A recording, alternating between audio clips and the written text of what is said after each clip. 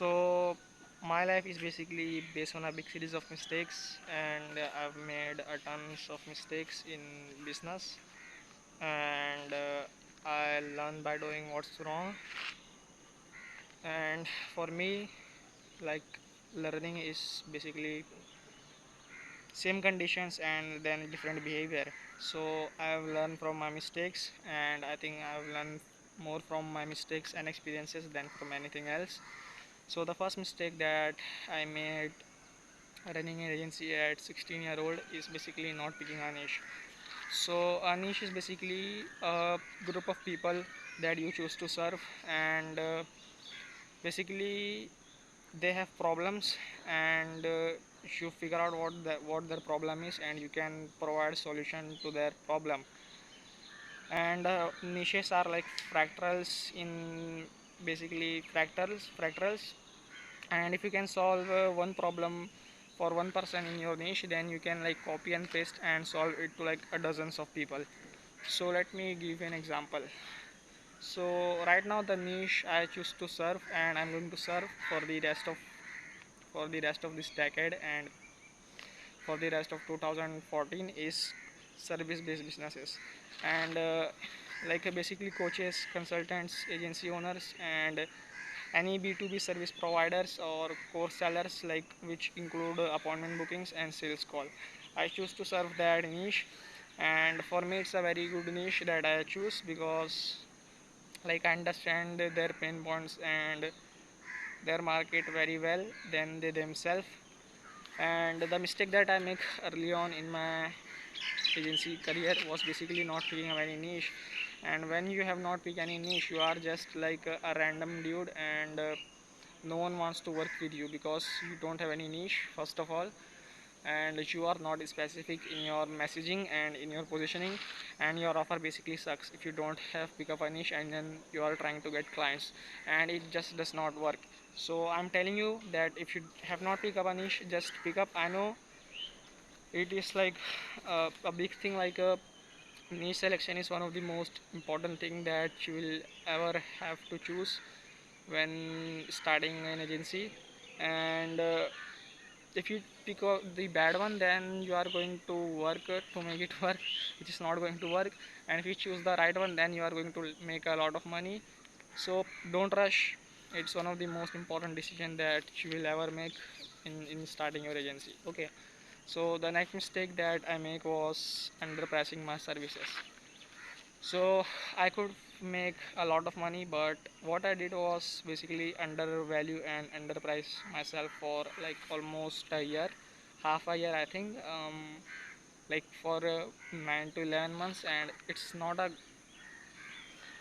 did not help me. Like you should charge a lot, like you should charge price. And every agency owner that ask me like how much should I charge, I say that you should charge whatever you are comfortable charging and have conviction in. So before like few years ago, I did not have conviction in what price, like I was selling like 3000, 5000, and I did not have conviction in that, so I did not sell it to that price range. And I think if you are like if you can like deliver great results, like just ask for like a few grands. It does not like matter a lot. If you can scale someone who is currently making 5 figures to 6 figures, then just ask for like 5 grand, and they are willing to give you. And if they see and you can communicate the value that you deliver, then you can charge a lot of money. And yeah, you are going to lose few clients, but the clients that you are going to keep and retain are going to be like very premium clients, and they are not going to be headache for you. Okay, and the next mistake that I make is that avoiding sales call. And this is a big one, right? I can tell you it it have basically cost me my whole business, and I was about to quit at one point, but I did not quit because I was born with a insatiable drive to never give up, and I will like never settle and basically never give up.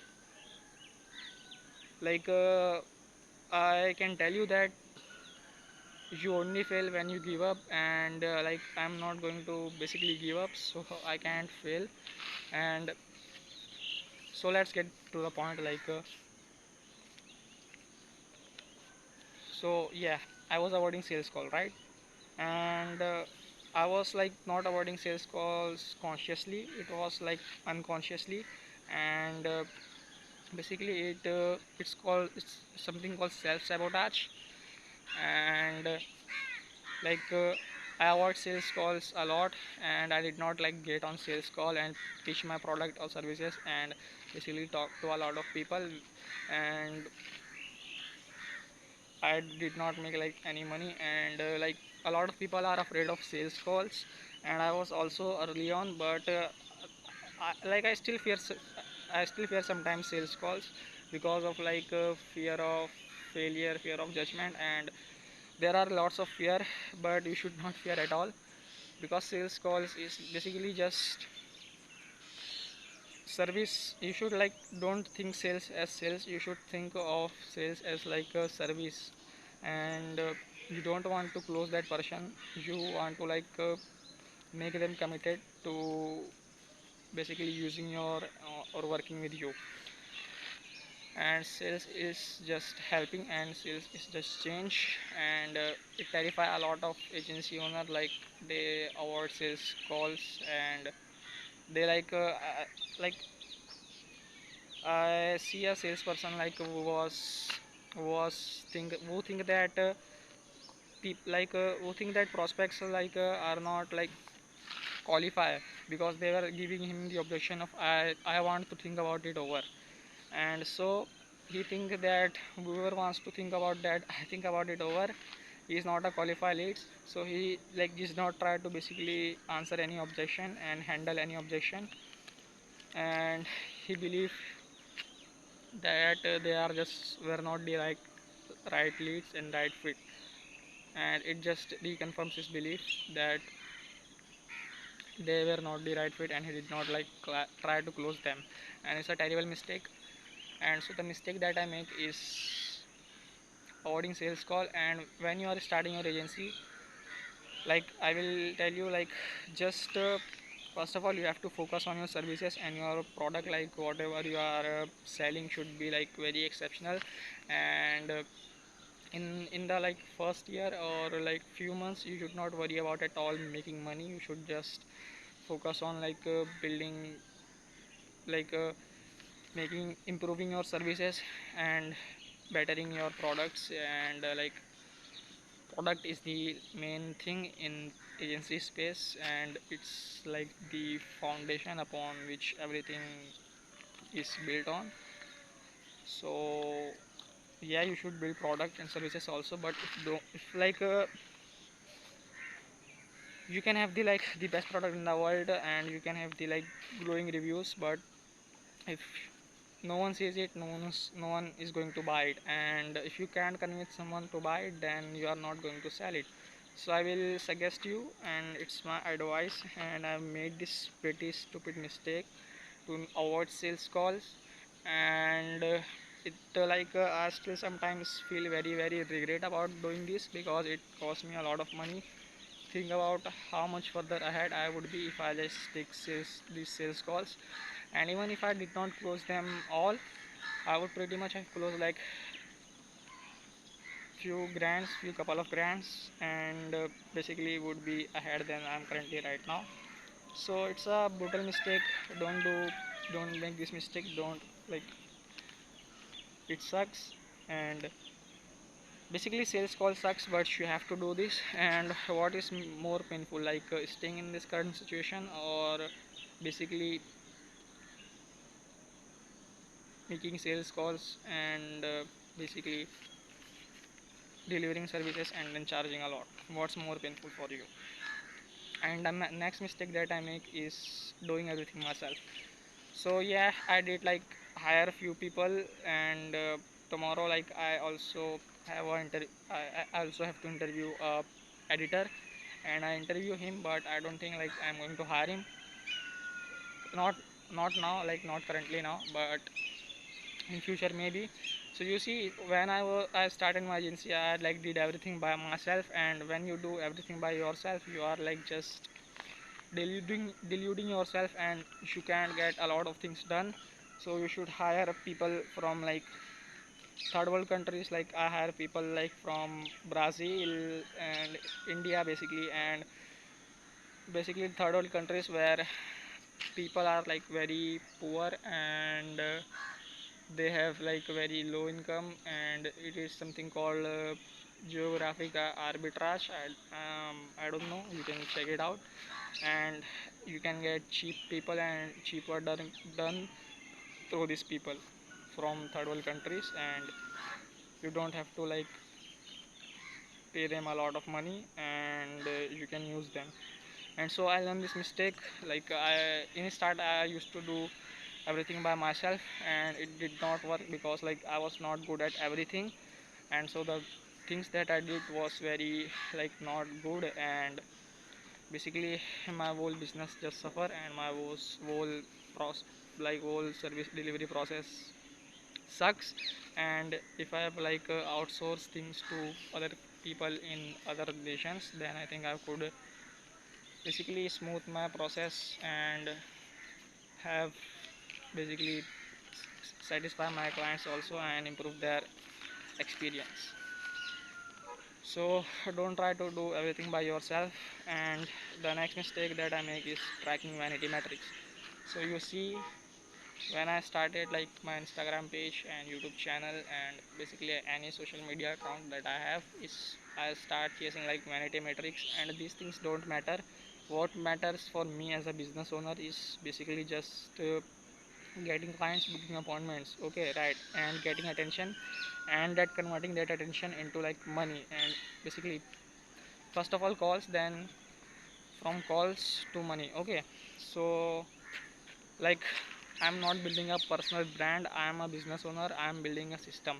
And if I see like all these things through the lens of building personal brand, then I'm really going to mess up things. And